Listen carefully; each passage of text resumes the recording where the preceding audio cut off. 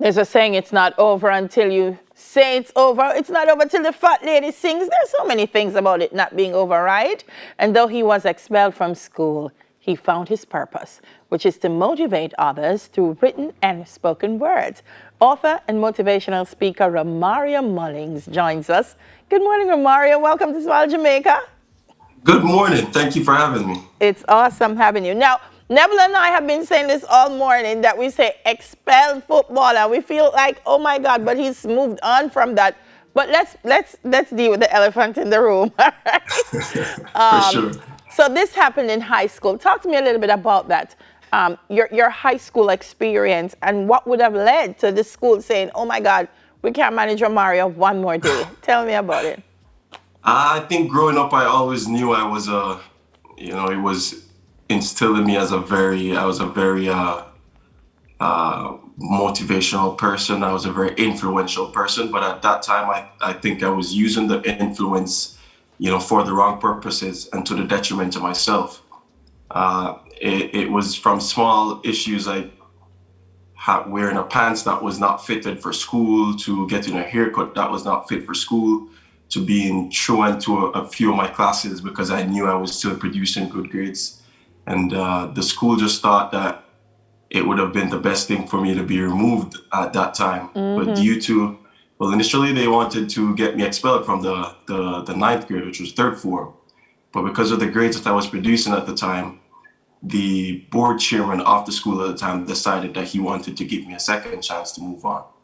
But in lower sixth form, the principal decided it was between myself and him who would be leaving, and he's assured that he will not be leaving. So, oh my gosh.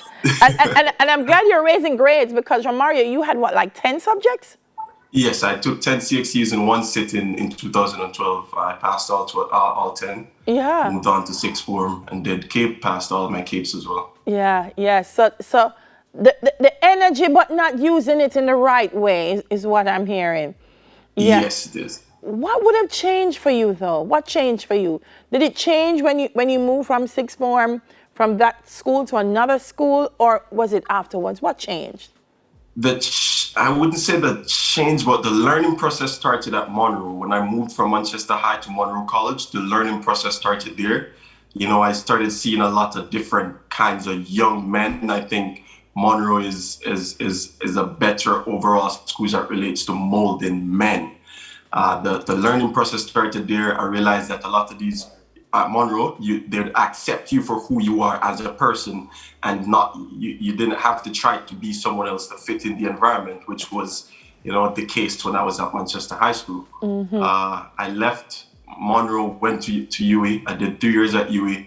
That was probably one of the hardest times of transition and change for me as well. I learned a lot at UWI. But the overall change actually started when I started implementing a lot of these things that I've learned over the years when I moved to Canada.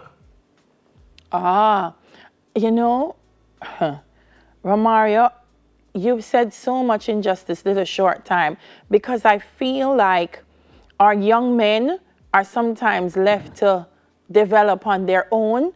And there's so many different things and experiences that come at you as a young man. And it's important that there's something that's guiding you. And so you went to Canada, you're studying economics. Yes, I am. Yeah. So tell me about this leg of the journey, and then we'll get into the writing. How did this leg of the journey also say to you, listen, Romario, you can make a difference not just in your life, but in somebody else's?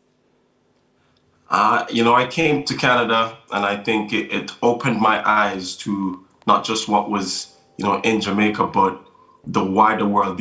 I realized that there was so much more that I could have been doing. There's so much more that I should have been doing. While I was here, I was not surrounded by all the influence that I had back home. I was basically a new person here. So that drove me to actually find a different sense of purpose, which took me very little time while I was here. Because as soon as I joined my school soccer team, my coach instantly told me that, hey, I'm not sure if you see it in yourself, but there's a certain level of excellence about you, and you need to realize it. I started looking into myself, and that was where it all began. Yeah. Oh my gosh, I'm looking at the baby picture and I see where it all went wrong, Romario. that is fun. That Yeah, is yeah, fun yeah, yeah. right I there. can see the problem. I see the problem. So you published 52 Uncut, a short Yes. motivational guide, published in August. Tell me a little bit about it. What's 52 Uncut? So 52 Uncut, the essential idea behind 52 Uncut, as the title says, the 52 represents the 52 weeks of the year. The Uncut just represents the raw paradigm of what I'm trying to get people to. So it's just because of my raw thoughts on paper. The idea behind the book is to read a topic per week and just try to implement what you've learned from that specific topic throughout the duration of that week. Yeah, yeah. Are you hoping that for young men who struggle with finding that place and in centering themselves, that this book will help them to find their purpose and to That, embrace the, that's yeah, That's the aim. That's the aim behind the book. That's the aim behind the book. I want to inspire and motivate a lot of young men because when we are younger, we tend to struggle to find ourselves, and I don't think enough time is spent with actually helping youths to find who they truly are. And it's easier for people to put them on the back burner. Like what happened to me, if I wasn't a strong-minded individual, I probably would have ended up elsewhere. So I yeah. want to use this book to show, other young men who might be struggling with the same things that I had struggled with. That hey, there's a way for you, and don't let anyone doubt you. You can do whatever you put your mind to. Yeah, this is really an interesting interview because there's so much potential that you're right, could have just gone the wrong way or could have just gone by the wayside. And I feel like there are a lot of young men in Jamaica who didn't make that right turn, or that For turnaround that sure. you did. And so much could come from them. You're now writing 52 reasons your why is greater than how. Tell me about that. Yes. Tell me about So that. for 52 reasons, we all want to get to that point of financial freedom and success where we're able to make certain decisions on our own without, considering what our potential or boss would say or the outside world. So 52 reasons is basically me putting 52 reasons why I personally want to be this aspiring and motivational individual. And maybe through me giving my 52 reasons for doing everything that I'm doing, someone will find some reason to be, to keep motivating themselves and keep on the right path. Nice. Where are the books available?